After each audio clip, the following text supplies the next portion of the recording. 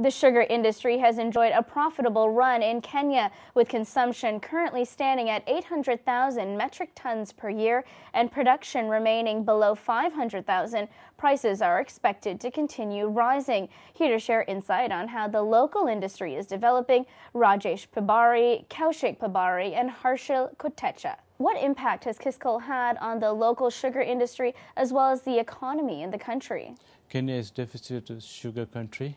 KISCOL expects to reduce the deficit. It increased the employment. To give you a practical example, we just started the project Mombasa Maize Miller, sold 1 truck every month.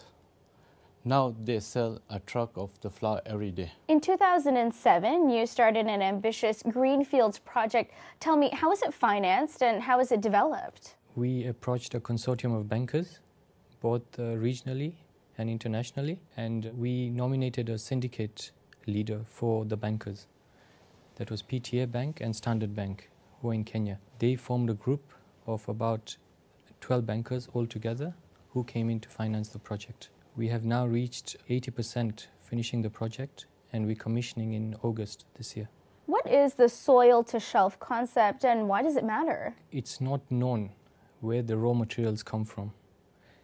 In terms of KISCOL, what we've tried to achieve is a complete traceability. We will be growing the raw material in our nucleus, which will supply 75% of the project, and we will also be branding the sugar under our own brand. Thus, it will maintain stability and ensure consistent supply to all clients. It also will help to determine the taste of the clients, which can be traced backwards. What gives KISCOL a niche advantage in the current sugar industry?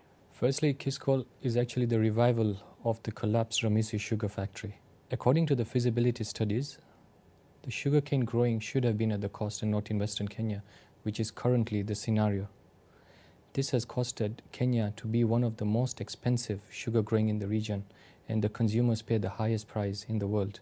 In this case, KISCOL comes to correct this picture, not only to grow in the right area, but to grow with the right type of technology, which is drip irrigation. We also have ensured consistent supply of water by ensuring we have adequate dams in place. Because the factories are located in the wrong region and they're high producers, we will soon be losing the market of Comesa, and all the cheap sugar will be imported. Thus, KISCOL will help to shape this pattern and ensure that sugar is produced at a sustainable price, and in case we don't have a market in Kenya, we'll be able to also export it. Now, the local Kenyan sugar industry experienced some instability in the 1980s. How can you ensure that KISCOL doesn't suffer the same fate? KISCOL has invested heavily in studies to ensure feasible project. We have invested in state-of-art drip irrigation and to ensure availability of water